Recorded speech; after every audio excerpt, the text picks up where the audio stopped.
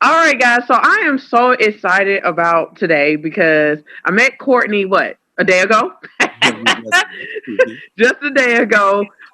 He ended up finding me on Instagram. And it's so crazy because Instagram got that little area that if you don't know the person, if you're not friends, then they have to send you a message. So I came across him and I was like, I want to get back to him. I was doing homework. So I'm going to get back to him. As soon as I got back to him, I was like, before I even got back to him, I was like, I'm going to do it. I don't know what he's doing. I kind of glanced on his page and I said, I'm going to do it because I believe he's kind of doing the same, which I didn't know it was a man, but I was like, I'm going to do this regardless because at the end of the day, this person has the same vision that I have that we're going to kill this stigma that we're going to share. We're going to share. We're going to share the our stories. So when I finally reached out to him, I was like, "Oh, neat! It's a guy. He's black." I'm just gonna be honest, y'all. Let's keep it real. Y'all know me. I keep it very honest. So I was just like, okay, this is awesome. The ladies have been asking. We need to hear it from a guy standpoint. We need to hear it from a man who's living with it and was able to overcome it. Because we hear guys talk about, oh yeah, it doesn't bother me. I'm all right. Or we hear the guys like, war is me's. We hear those too. And we want to hear finally from somebody who's confident, who has dated, and he's going to share also about that dating and also just how a man goes through this as well, and also the platform that he's on, as we can see right now. So, Courtney, go right ahead and introduce yourself to the amazing overcomers. Woo! We're gonna have a talk show, y'all. We gotta make it like we're in the audience. I ask people that all the time to introduce themselves, and then I get asked, and I'm like, I don't know what to say. But Courtney, I'm 29 years old. Thanks for that intro. I was diagnosed with genital HSV2 when I was 20. It's been so long ago. It's been like 7 years now. I want to say it's been 7 years. I remember it was in August. I was at my grandmother's house, and my mom just so happened to be over. I woke up with the fever, the aches, the chills. We went to urgent care.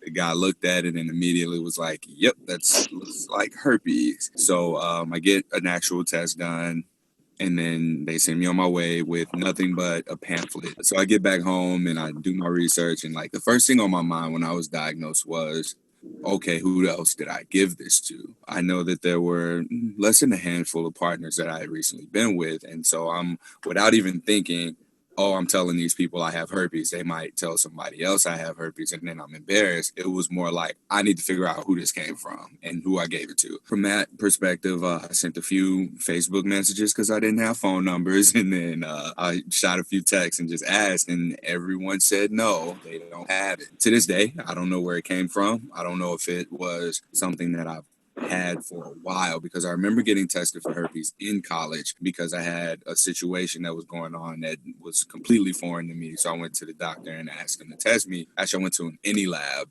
And it was like a $200 test for it. And I was in college at the time, so that $200 hurt. But I got the test results back. In hindsight, I remember everything said negative. The chart showed that if you were under a certain viral load, then you're considered negative. So I was negative for HSV1, HSV2, which was the first time that I realized that there were two different types. And then, like, after I got that test, I was in the clear. I was good. 2-3 years after college, this happened, where I went to urgent care and got diagnosed. I think that I may have had it for longer than I was diagnosed, for sure. But what happened was I played college football. I was very active. I lifted, I worked out, I ran. And then when I got out of college, I was like, no, I ain't doing this no more. Like, I don't need to work out. I don't need to be big. I don't need to be strong. I don't need to run. I don't need any of this anymore. So I'm done.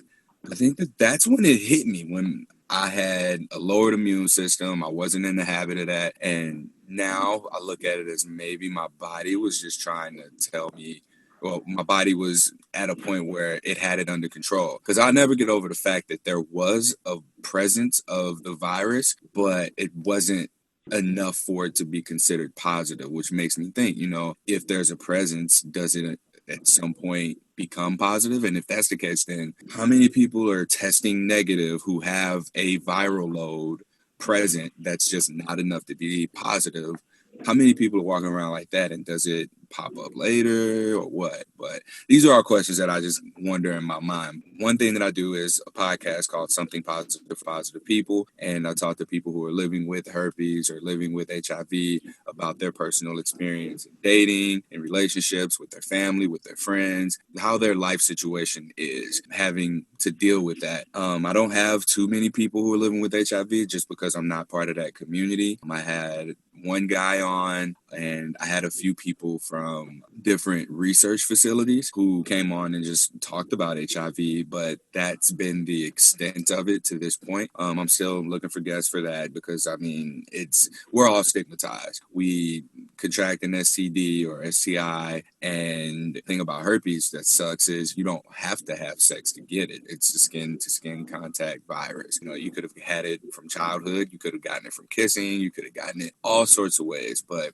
the stigma itself is probably one of the things that drove me to do the podcast. And like, I love the intro you gave where you talked about me being confident and overcoming this and everything, but it's not something you fully just get over. It's a process. And for me, my process is doing the podcast. My process is talking about it. My process is getting other people to talk about it and share their experience. So while, let's use this for example, I got maybe 2,000 Instagram followers. I don't have enough of a voice to influence all of those people to be like, hey, having herpes is cool because I have it. Whereas you got Kanye West or somebody like that with millions of followers who could say that if, you know, he were to come out and be like, hey, y'all, it's okay. So my way of doing something about the stigma and combating it is really getting people to come onto the podcast and share their stories who are getting to a place where they're comfortable talking about it. Because if we can send more people who've accepted themselves and understand that herpes is a virus, like it goes against everything that we hear from people who aren't living with herpes, because before you got herpes, I'm sure you had an idea in your mind of what a person with herpes looked like, what kind of behaviors they displayed. You had this in your mind, and it was from people who don't have herpes simply for the fact that we don't ever hear from people who do have herpes. So the podcast is doing that, and there's a lot of people doing different things to combat the stigma. It's just unfortunately you don't hear from everybody. You know, there's certain YouTubers or certain podcasters or certain people who are doing speaking events. It's across the board, and we're needed in all these different areas, but it's so difficult to find us even though we're everywhere. And it's just a matter of a select few people doing what they can to be out there about it and put themselves out there. And I always use this lighthouse analogy. You know how lighthouses work? They're at the pier, and when it's dark outside, all you can see is this light, and you follow the light, you get to the lighthouse. And it took for somebody to be that for me, to pull me into this whole world of other people who were living with herpes, for support groups, interest groups, dating groups. Once she did that, I got in and realized, oh, wow, this is way more common. This is manageable. And it's a whole entire community of people with so many different sub communities that it's like, it's so separated, it makes it impossible to find. Whereas if everything was collective and together, I honestly think that there would be more people who have herpes than don't have herpes. So it's like, I think that if everyone really knew their status, if everyone was able to get tested by their doctor without all the questions being asked and come back with a positive or negative, or test for a viral load or without a viral load, then a more accurate statement would be to say that there are more people who have been exposed to herpes than have not been exposed to herpes. Let's say that. So when you look at it and you say, oh my God, I have herpes, statistically speaking, I don't like to do statistics at all because it changes so often and it's so inconsistent. It's 1 in 6, 1 in 5, 1 in 4. And the wording of everything is just so different and confusing to those who don't have herpes that if I were to include those statistics and I'd have to always change them up and everything, it would discredit what it is that I'm doing. So I personally try to focus on the experiences of people who are living with herpes and get them to talk about it from their perspective, just to open it up for everybody, from people who are newly diagnosed to people who have been living with it for years and years and years, to people who are considering dating someone who has herpes. All across the board, I want to make this something that is useful to the community, to people, to everybody, even if it's just as a sex education tool. You're more than welcome to jump in at any time. No, I was just letting you share everything you wanted to share. You gave us your story. You just gave us exactly what you do. That's exactly, you know how to do it, Courtney. Stop it, please. Well, that's the Stop thing. I'll ramble, and I catch myself doing this on the podcast. Like I try to do so much listening to where whenever I do get a chance to talk, or when people want to listen to me, I can't turn it off. So, I mean, if It's I'm, different when you're on the other foot. it is, it's so different. Because I have so much to say just from the perspective of the 45 or 6 guests that have been on the podcast, and every one of them has taught me something new. It's a journey. And I hate to say that. I really hate to say it's a journey because it's really just life. The truth. This is our life situation. And one thing that has come up on some episodes is, okay, if it wasn't herpes, then it would be something else. If I'm single and I'm miserable, I'm blaming it on herpes. Okay, if you remove herpes from the situation, what are you left with? And I think that that's a very powerful statement to ask yourself if you're someone who's struggling to deal with this. I didn't find positive singles till I was 4 or 5 years in and found out, oh, there's a whole community of potential people that I could date in this pool that also have herpes, so I don't have to worry about having that dreaded disclosure conversation. It's just everything being so scattered, it makes it so easy to not find the resources, the support, the interest groups, dating groups that are out there. And I'm finding what does make it easy. Like when I started doing the podcast, so the reason that I started Something Positive for Positive People, the podcast, was because someone I knew on Positive Singles actually confided in me that she had contemplated suicide at one point. And when I first heard it, I didn't think anything of it. I was just like, that's weird. And then I noticed it again and again in the chat rooms that there were people, not just women, who considered ending their lives as a result of having herpes. And here I am 5 years in, just now finding this amazing platform that made dating so much easier than it was for me. And y'all, talking about ending your life, like, damn, I just got here. How bad can it be? So I just posted a status to one of the secret Facebook groups that I'm in and asked if anyone who was in the area I live in, I'm in St. Louis, Missouri, if anyone would be open to conversing with me on a podcast platform or just recording our conversation. I wanted us to be able to sit down, talk. I record it, and I send the audio to these people who were contemplating suicide just to show them that having herpes isn't all that bad. Because what happens is we don't hear enough from people like myself or Amy, the first guest that I had on, or any of the guests really who are living normal lives, and herpes has become such an insignificant part of their lives because they've moved on from it. Dating is a little bit challenging, but at the same time, if you look at it from a more positive perspective, you'll see that herpes has helped you weed out what a common term is fuckboys. So it's F girls too. You know what? I heard that for the first time yesterday. I was like, what? It's true. They exist. They're called thoughts instead. Fuckboy is a male thought. Got it. Yep, a male thought, and then a female, it's just a thought. So, I mean, it's this. So, I'm so excited that you just shared pretty much everything I want you to share. But also, I want you to share a little bit more about the positive singles, because a lot of the ladies has been asking, is this a great site to be on? Am I safe on this site? Should I pay for it? Things of that nature, since you have been involved in it. I grew up very old school, the guy pays for everything and all of that, open the doors and all of that kind of stuff. So in my personal opinion, if you're on this dating site as a woman, guys are going to message you. And even from talking to the women on there that I've spoken with, they get messages from guys left and right. The only thing is, at that point, your power in being the chooser is more limited, because now you're only limited to the people who feel the need to pay for it or who have to pay for it. The chat room itself was good for me because I got to see how other people interact. These were just people being people. If you're a jerk, you're a jerk. If you're nice, you're nice. If herpes doesn't matter in the community, it's just a bunch of people coming together and just talking about things. And I think that that was a very critical part of my own personal development throughout this, because I immersed myself into it. I almost think I was addicted to it. I was there and I began to like myself more around people who knew I had herpes, who also had herpes, than I did when I was with my family and friends. And when I realized that, I was like, damn, that's really ass backwards. So I started to tell more of my friends that I had herpes, and no one cared about it. I was able to just have that breath of fresh air. I've been holding this in all this time and you don't even care. Like, we're almost looking for that negativity. Positive singles is depending on what you want. If you know what you want and you're able to recognize immediately what you don't want, some people are on there just because they want to hook up, they want to have sex, and that's fine. You have to be accepting of yourself enough to recognize, okay, this is what I want or this is not what I want. And even if you put on your profile, I'm looking for a serious relationship, yes, you're still going to find people who are deceiving, but we got to not ignore those red flags just because we feel like our dating pool is small and our options are limited. Personally, I got on positive singles, and like I said, it was a whole new world for me. And I was dating.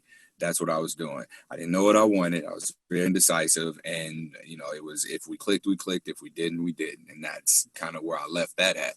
After dating on positive singles and recognizing the difference in dating in real life, there's really no difference because, like I said, if you remove herpes out of it, there's always going to be something else. So if I don't have to disclose my herpes status to someone, then what else would it be? It's going to be, I also really just don't know what I want. So more than anything, having herpes and dating on positive singles really taught me to, okay, if I, let's say you got like a board of personality traits and you just have herpes in there, which is not even a personality trait, but we treat it like that. We treat it like it's a part of who we are. And really, herpes was an excuse for me not dating actively or not pursuing the types of relationships that I thought I wanted because it was an excuse. It was easy. And when I was able to just cover up herpes and look at all of the other things, there were a lot of conflicting things, and it all stemmed from indecisiveness. So until you're able to really dig deep, you don't even have to dig. You can ask your question and then truthfully answer it yourself. And that's kind of what I started doing at the beginning. I listened to a lot of podcasts and read a few books, and the common theme was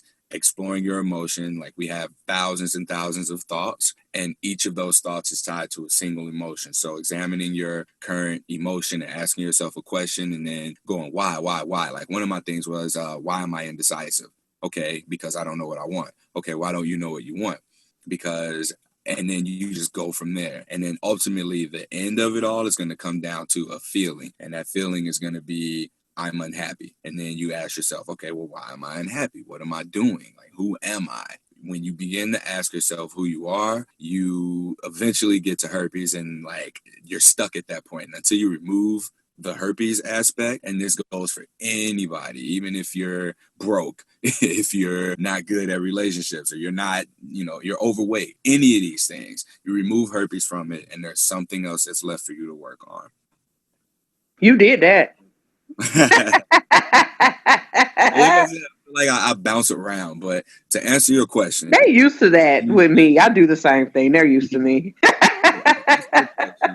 As far as paying for a dating site, I mean, I don't feel like you should have to pay to date. You should pay to get the experience of dating if that's what you're looking for. Mm-hmm. If you're paying, you get a more premium experience in dating. Maybe you find the love of your life. Maybe you had the best sex you ever had. Maybe you have the worst relationship.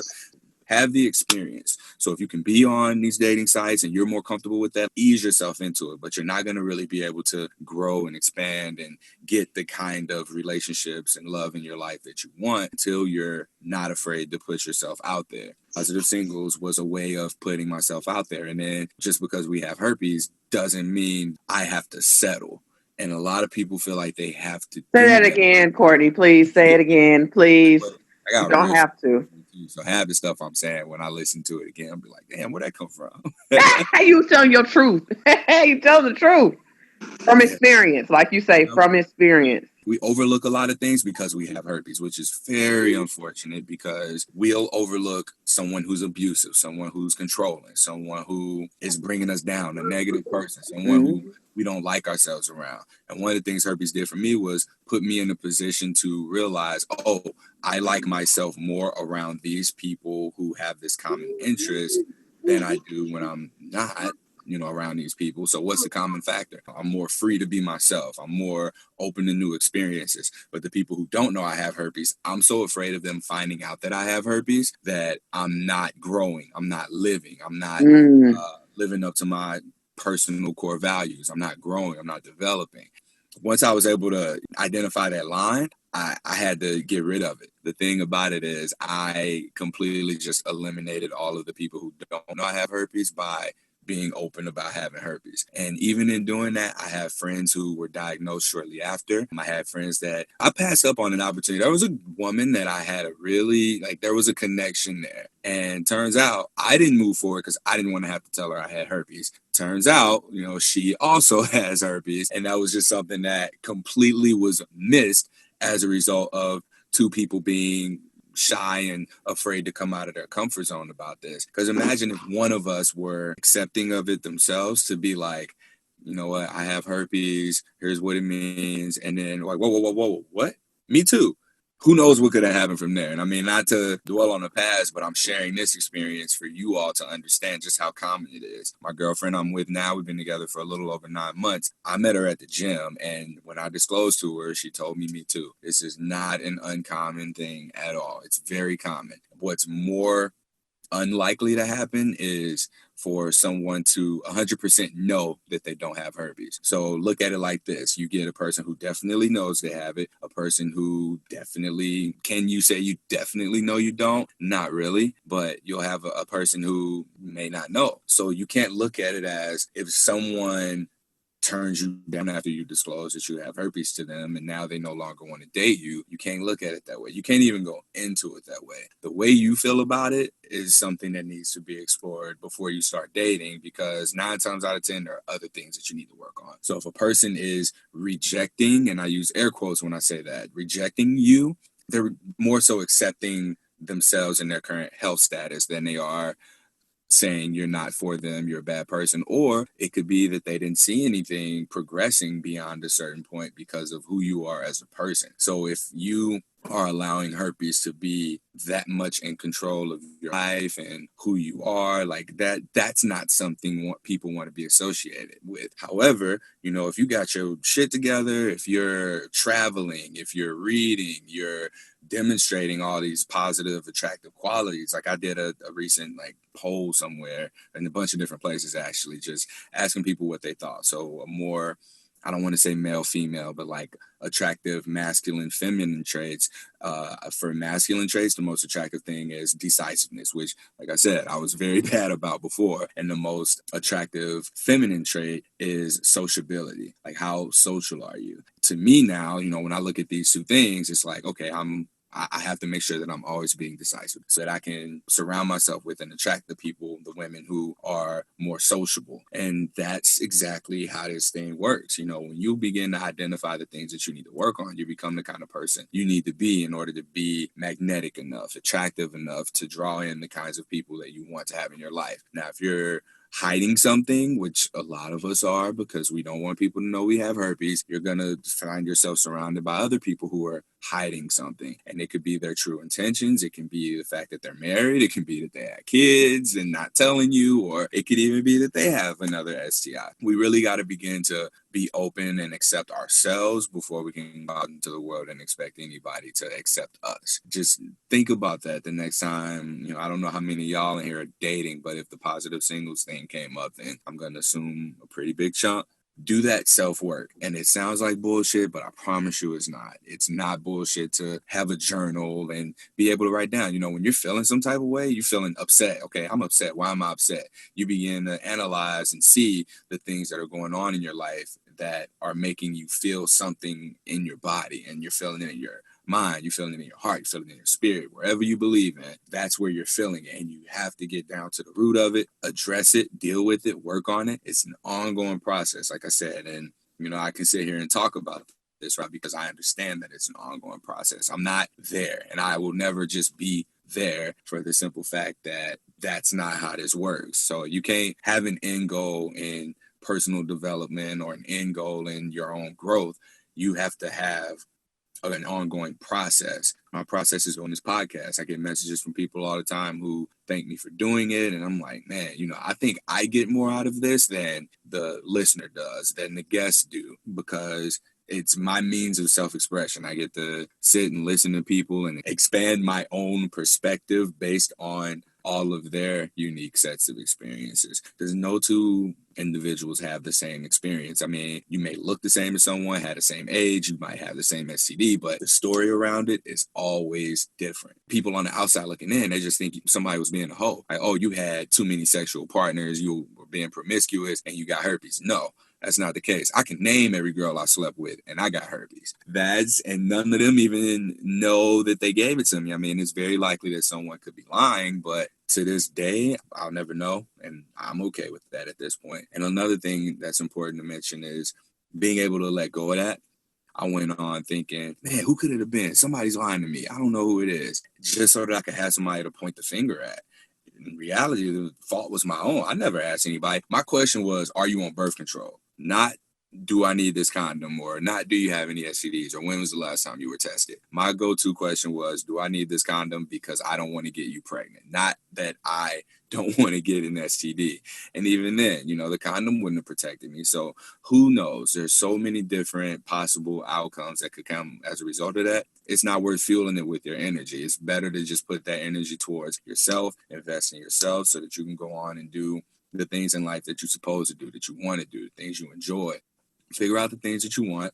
Go do the things that are going to get you to a place where you can have those things, and then focus on who you are. Focus on who you are to the rest of the world. I often say, even on the podcast, life isn't about what happens to you. It's about what happens through you. Granted, you got herpes, but as a result of you getting herpes, what are you going to allow to happen through you? What kind of light are you going to shine into the world? Because each of us has it in us. And unfortunately, it takes negative experiences sometimes to wake us up or catalyze the effect of being able to go on and do the thing that we're supposed to do, or send us on that road. So for me, fortunately, it was just herpes, and that's how I look at it now. Like, if I had to go through something to make me reevaluate where my life was, look back on my collective experiences, and then wait, we good?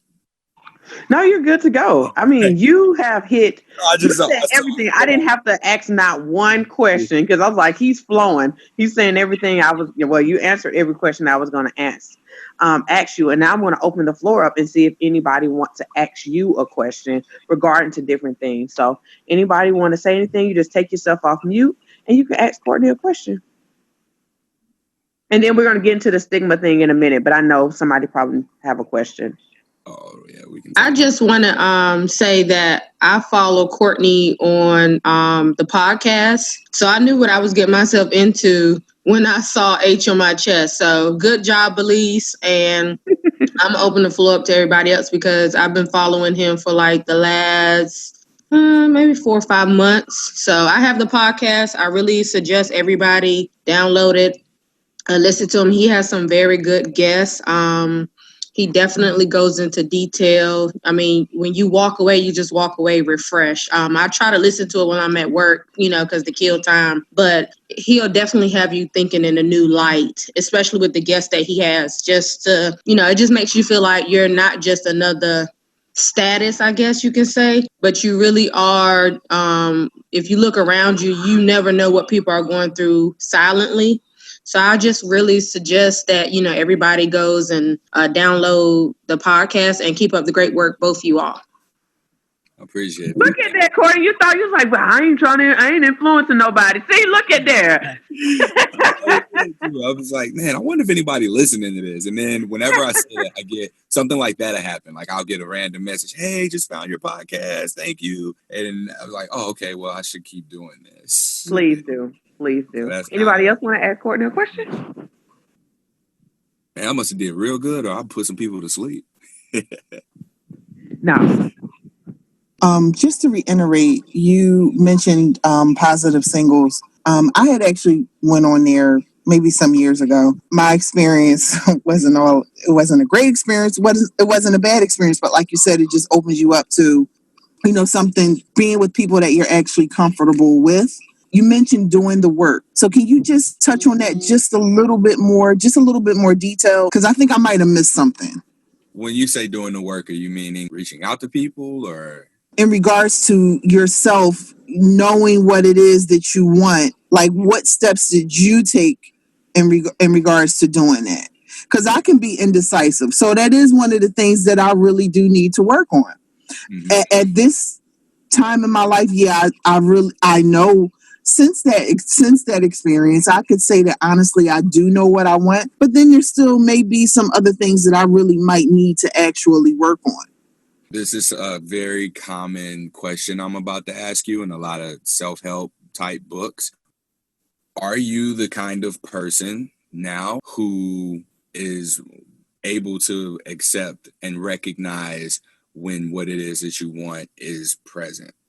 So what I mean by that is, let's say I want to drive a Lamborghini and I want a 15-bedroom house with 4 stories or something. Right now, I know I'm not the kind of person who would have or want or get that, because I'm a personal trainer, I host a podcast, and I don't ask people for money on anything. My lifestyle that I'm in right now warrants everything it is that I have around me, and it warrants the kinds of people that I'm bringing in. I had to recognize who I was and then who I wanted to be, and then take the steps to get there.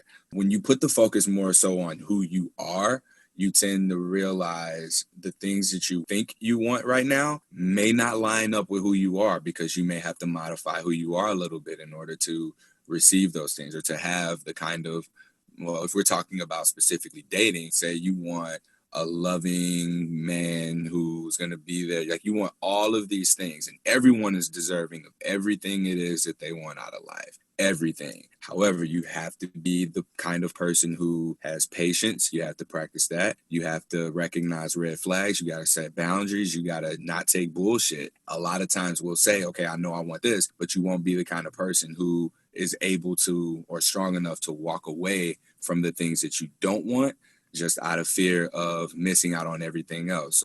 The work really starts with asking those questions, like, who am I? Getting in touch with your feelings and emotions and being able to manage those.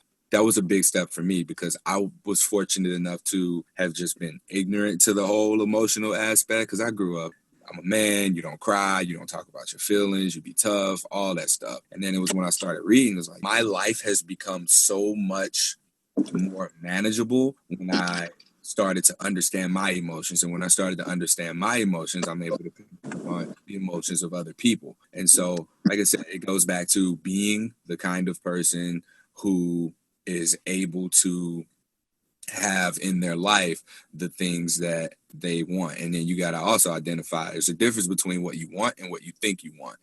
You got to really look at what's most important to you. The most life-changing thing that I did was identify 3 core values. I asked a lot of people, hey, can you describe me with 3 words? So I was able to determine, okay, this is what other people think of me. There were things that I liked. There were things that I didn't like that I definitely had to work on. And a common thing was decisiveness. I decided for myself from that, I value growth, I value understanding, and I value freedom. And these interchangeably go into a lot of different areas of my life. But if I had to stem it down to 3 things, those would be it. And I have those 3 things in the podcast, for example. I am free to be who I really am. This is my freedom of self-expression. I'm creating a space for understanding where there's a mutual understanding from people who don't have STDs, people who do have STDs, people considering dating someone with STDs, learning about it.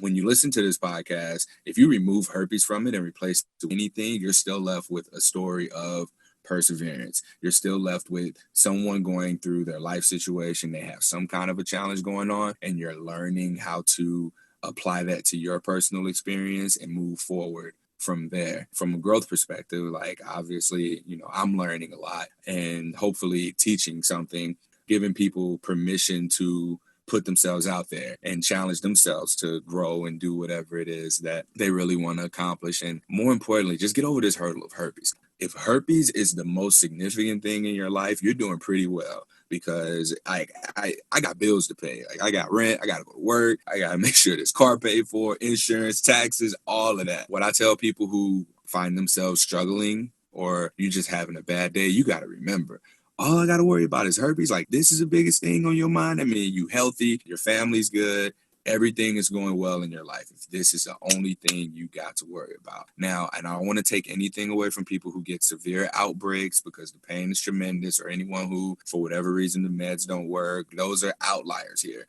The general consensus is that if herpes is the biggest of your concerns, you're living a pretty good life. Damn, I hope I answered your question and all of that. Yes, you did. Thank you. But get a journal. And when you start to experience negative emotions, ask yourself, okay, well, what's the problem? Okay, well, why do I feel this way? And then you get down to what you're feeling. And then you can start to ask yourself, why do I feel what I feel when I feel it? And ultimately, it's going to come down to you deciding to allow other people to influence how you feel. And then you'll create like a neutral state of emotion for yourself. Take that out into the world, and you'll begin to, as you're positive, you find yourself surrounded by more positive people. When you're having a more negative day, you tend to see the negative. That neutrality is default, whether we're conscious of it or not. So you're neutral until you find yourself surrounded by certain types of people. And then when you start to notice, oh, positive, negative, that's how you're going to begin to look at people. They're either fueling you or they're draining you. That's a whole bunch of separate conversations, though. But if we're just talking about you working on you, the first step is you recognizing there's something to work on and then asking why. Hey, Lori. Hey, can you hear me? Yeah, I can hear you. How much does health and diet play in like having herpes and not having outbreaks? And what type of feedback do you get from women, to have health and diet help in this situation? For me, diet and exercise have been everything. When I was diagnosed, it was after I stopped being active. And if no one who was a recent partner had tested positive for herpes or knew they had herpes, say, hypothetically speaking, none of them actually had it, and I had it long before. So what would have happened was my immune system would have suppressed my outbreaks. Like I would have been positive for herpes already, but I was doing so much as far as diet and exercise. I was working out every day, maybe took one rest day a week. I was mindful of what I ate. And then I graduate college, move in with my grandmother, and I'm eating fried food all the time. Bam, all of a sudden, outbreak. Like I set up the foundation for an outbreak to occur by not being mindful of those things. And since I became more active again, like I started to work out again, and get into the gym 4, 5, 6 days a week. When I eat, I try to cook most of what it is that I eat. I still eat my fast food. I still eat pizza. Chinese food is my weakness. And every now and then I allow myself to get like some fried seafood. For the most part, that's really what it is for me. Every person is different. If you can take 30 minutes out of your day to, even if you're just jogging, but anything at all, if you lift some weights, if you do some jogging, like it's more mental for me than anything else. From a physical perspective, like I said, 6 years, I had that first outbreak. I might have had one other one, but it was so mild that it was like, okay, I felt the tingling sensation and I would just take my medication. So that's happened maybe 3 or 4 other times, but I was also stressed around those times. I'd just gotten fired from a job actually, and I was living in the city by myself. So it was a real stressful situation too. So stress plays a role in it. Anything that contributes to stress in your life, you want to either limit or get yourself away from. That includes people, unfortunately. For me, it was definitely making the adjustments to my diet, cooking more of my own food and like not frying everything, of course. And then just being active, working out. And then the whole managing stress stuff, like what I was just telling Vincetta, was really key because I was able to identify really quickly, okay, I'm stressed. Why am I upset? And now I can go through and be like, okay, I'm upset because of whatever. You go through and you find out the situation. Like recently, I was stressed and I went to urgent care. I got diagnosed with an ulcer. And when I was sitting in the doctor's office, I decided to just close my eyes. I sat there. I was like, all right, Courtney, what's on my mind? I sat there. I was like, okay, I feel like anxious. Like I was very anxious. Okay, what do I have to be anxious about? I went to work today. I'm doing the podcast. My day was normal. Oh, there was a situation that I volunteered to do something that it wasn't a good time for me to do. And when I recognized it, I instantly felt like a sense of relief. And when I got that sense of relief, it was like, okay, I know what I need to do now. I need to call this lady and cancel this plan or make other arrangements, but I'm not going to be able to do it. And that was so stressful to me. It was stressing me out. I kind of did feel an outbreak coming. I took the medication, and what I went into urgent care for was I had an ulcer in my mouth, on my tongue. I thought it was herpes related. I have genital herpes. So to me, when I felt that, I was like, okay, maybe this is an oral outbreak finally because my girlfriend also has herpes. So that very well could have been the case. But they diagnosed me with an ulcer, and I was able to sit in the doctor's office and process it that way. So you really just have to take care of yourself. I think that self-expression is a really good form of therapy in a lot of ways. So maybe you'll enjoy running, maybe you'll enjoy working out. But I have a lot of different things that I do. I work out, I do the podcast. I train people. I talk to them all day about their days, and I get to hug everybody who comes in and out of there. So like I'm getting all of the things that I feel I need as my therapy. The whole expression aspect, that's been crucial to my personal health and limiting the number of outbreaks that I get to that first one and maybe one or two others. Does that help? Yes, thank you. You're more than welcome. All right. All right. So, just these last couple of minutes, I want to talk to you about what do you believe we have to do as a herpes community to kill this stigma? Like, what do we need to do? Because, truth be told, we're looking for everybody else to do the work. In truth, that's not going to happen. Because if it was the case, it would have been done. Everybody on here is like 14 of us total. What do we, and this is everybody can chime in, what do we need to do as a community? Not looking for people who don't have herpes, but the people, us, who are affected by it, what do we need to do to kill the stigma that we are struggling with on a daily basis?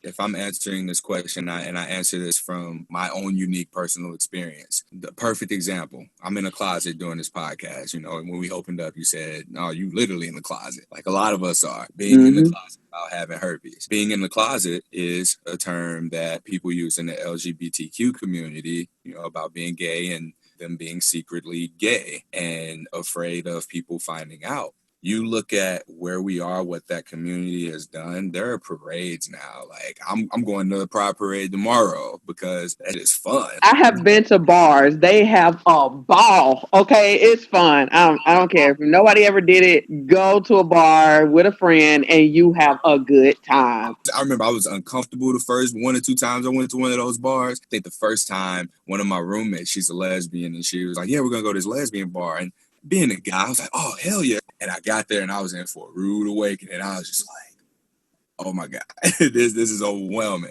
But it was something like, there's another thing, you know, you get outside of your comfort zone. Just going back to using the in the closet example, like that's what we are. We're in the closet. You look at the LGBTQ community, and there's been a process. Like they organize the Pride Parade, they have support from their friends, and like now it's not really shunned upon to be gay. Like you're not viewed as less than. You're still a human. You like what you like. You know, I want to say what they did is it's not necessarily similar, but metaphorically, that's what we need to do. Like it's a pride parade. We're proud. Like we're coming out and we're proud. Like, we need to have that sense of acceptance to the point where we're able to get the support from our friends, you know, the people closest to us. Like it's not anybody else's responsibility to take care of us as a community. It's not our responsibility as a community to take care of the community. It's really on each individual person to have enough sense of self-awareness to be accepting of it and be like, okay, this is okay. That is contagious. When every individual in the community of having an STD, having herpes, is able to say, you know what, I have herpes. That's not who I am. This is what it is. And I think that we can learn a lot from, you know, what's been done in the LGBTQ community as far as acceptance and receiving support. For a gay person, you know, if you go to a parent, for guys, one big deal is their dad finding out they're gay, and then their dad disowning them or being silent towards them. And it's just from some homosexual people that I've discussed with, like, they were afraid of their dads. That's not the case anymore. You know, now you don't necessarily need dad's approval to be gay. You need to accept yourself, and the people who are in your life are going to accept it or reject it. And you're going to begin to surround yourself with people who are more accepting of it. And then you never know. We might have a parade or something one day. I think that that's where it starts. It starts with identifying who you are outside of just having herpes, and own who you are with herpes. Don't allow yourself to identify as the herpes. You know, it's just a life situation. That's my thing. But we really got to stop self-perpetuating. I don't have a lot of followers, but I have a lot of podcast listeners. And part of the reason for that is the association with the page itself. I literally call it the STD podcast because you're associated, if your friends were to see that you follow me or are friends with me, then you're thinking that they're going to make that assumption that you also have an STD. But then on the other end, if we go back to the pride thing, just because I follow a lot of people who identify as LGBTQ doesn't mean that I am as well. I just support them. I support them for being who they are. So we need to first recognize who we are, support ourselves for being who we are before we can begin to experience the support of the people around us. Because it's just like a disclosing. You go to somebody like, oh my God, I have herpes. Nobody want to be around that shit. If you crying to them and all of that, if you come to them like, hey, I like you. I can see you being a good fit in my life. These are the things I like about you. Do you see this moving forward? Yeah. Okay. Well, I need to disclose something to you. I tested positive for HSV, whatever it is that you have. Here's what it means for me in my personal experience. Here's what it means for you if we decide to move forward intimately, and then bam, move on from there. But we really got to stop this whole hiding our faces. You got to be able to look yourself in the mirror and say, I have herpes. And don't just say I have herpes, because then that shit hurts. I looked in the mirror when I first got it and I was like, I have herpes. And I remember my eyes were red. I was crying because I didn't know what that really meant. I knew what it meant according to the media, according to what people who don't have herpes say it means to have herpes. And it took for me to have my own experience to be like, oh, my dick isn't going to always look like this. It comes and goes. All I have to do is take better care of my body. I have to take care of my health. Oh, if I do have any issues, it's manageable. All I have to do is take these pills. The worst part about it is seeking acceptance from other people. But you know what else it is? Life. Life is hard when you are seeking the acceptance of other people when you don't have it from within yourself. So until you get to a place where you've accepted yourself, you don't even look for it anymore. You're surrounded by it. Since coming out, I've met so many amazing people who are doing the exact same thing we're trying to do here as far as just disassembling the stigma. And then I've met a lot of people who want to keep things the way that they are. There are some people who find comfort in that, and then there's people who don't. I speak for everyone when I say you have to come to terms with some sort of a relationship with yourself. You have to accept yourself. That's what this comes down to. You just have to get to a place of acceptance for yourself. Courtney, you had to breathe. You said that. Anybody else want to say anything on it? What do you guys think? Okay, I'm just going to be very honest with you. I would love for the stigma to end, but I don't ever think it will. And let me tell you why. Mm-hmm. I meet people all the time who are very sexually active. And apparently in a lot of people's mind, they think that gonorrhea, chlamydia, I don't know if syphilis is curable or whatever. Basically, the curable disease are better than the incurable disease. So I think that since there's a pill for one thing that'll cure it, and I don't think people understand that, yeah, you can cure the symptoms, but years later, I'm finding a lot of people are having problems 5-10 years later because it was supposedly cured 5 years ago. Mm-hmm. I think that the issue is people thinking that just because this is curable on one end, like gonorrhea, chlamydia, and whatever else, that's curable, that's better than things like herpes or HIV. They're not seeing that the curable is no better than the incurable, because you have people who are living longer with HIV, and then you have people who are coming up with gonorrhea, chlamydia. I have female friends who had gonorrhea in high school, and now they're infertile in their 30s because of it. So I think that the issue is, it's not more so of how can we break the stigma? How can we educate people to know that an STD is just an STD? There's no fine line. Just because I took a pill and in 24 hours I'm supposedly cured, that's no better than somebody who, like us, who has H and they feel like, oh, okay, well, I'm just going to see bumps. Well, you saw green discharge 2 weeks prior. I mean, with the curable diseases. So I think that it really has to start with a STD is just exactly that, a STD. You get it sexually. Yes, you can, with herpes and HIV, of course, you have to manage it.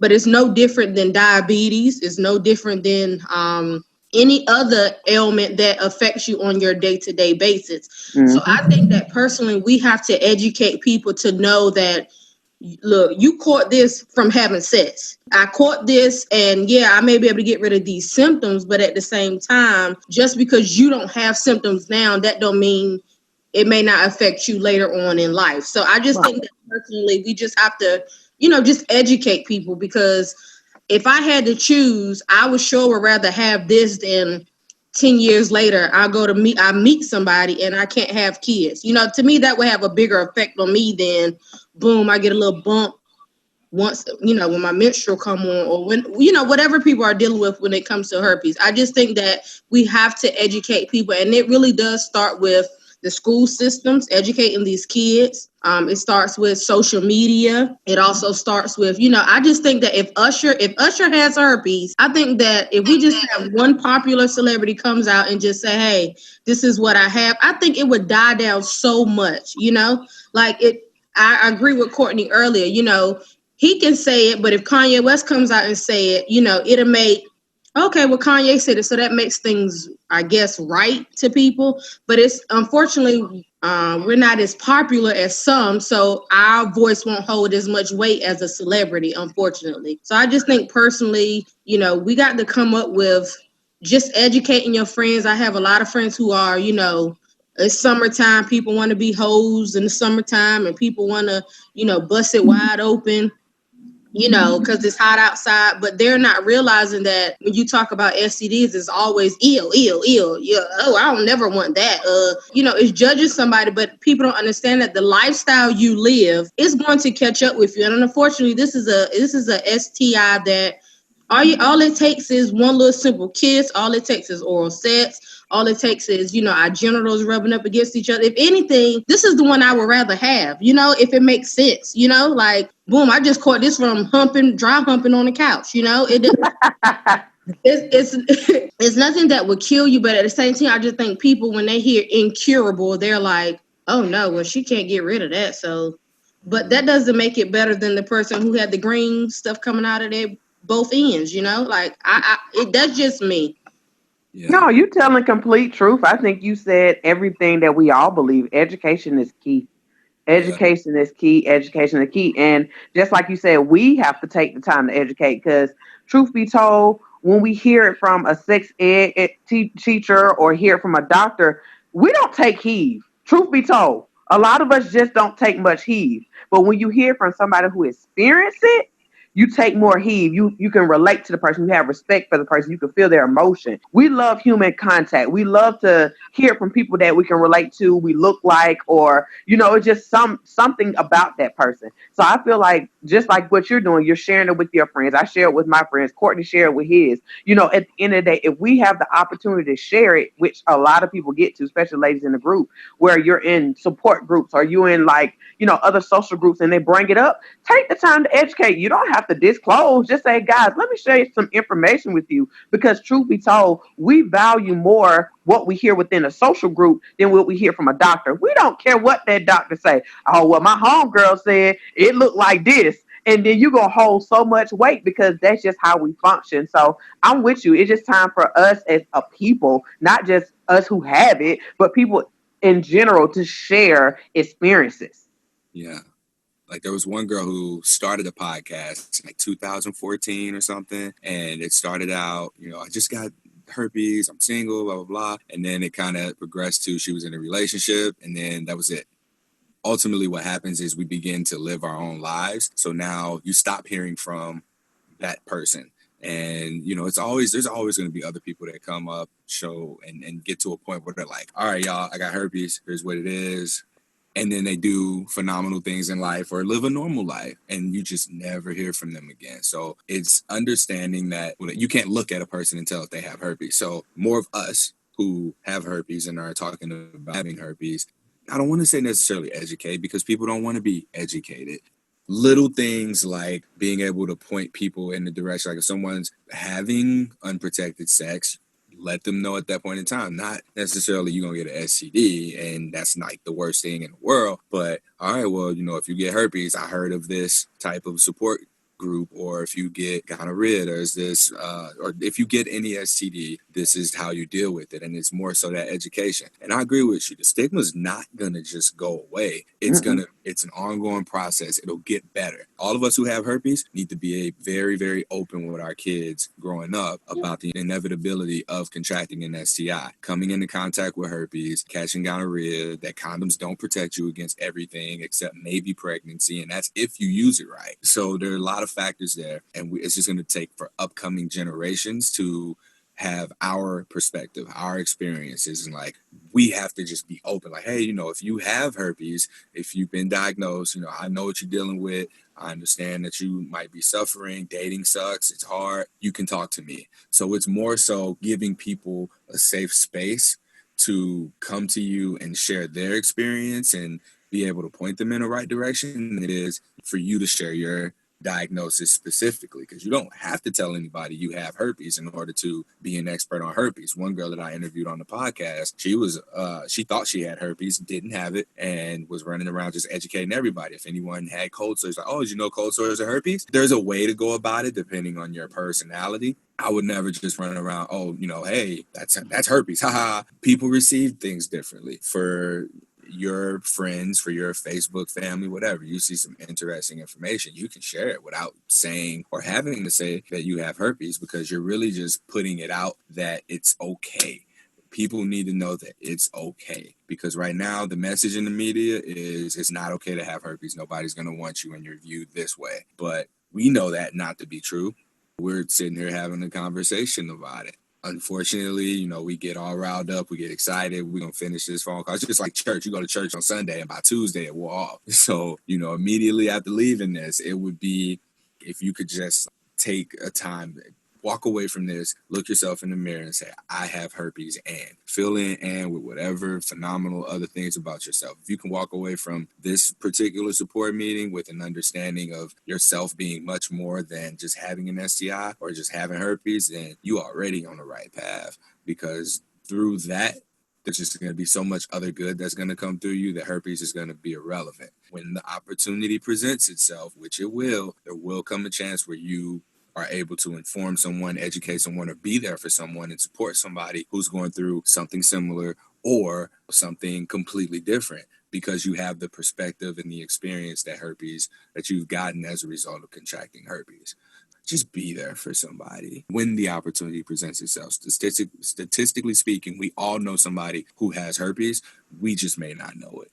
Hell, they might not even know it. Until that happens, at some point, maybe there'll be a hashtag, I have herpes too, or something like that. I can't see everybody coming out on it, but that would be very interesting to see how many people, like I know I have herpes, because there's so many people who have it and don't know it.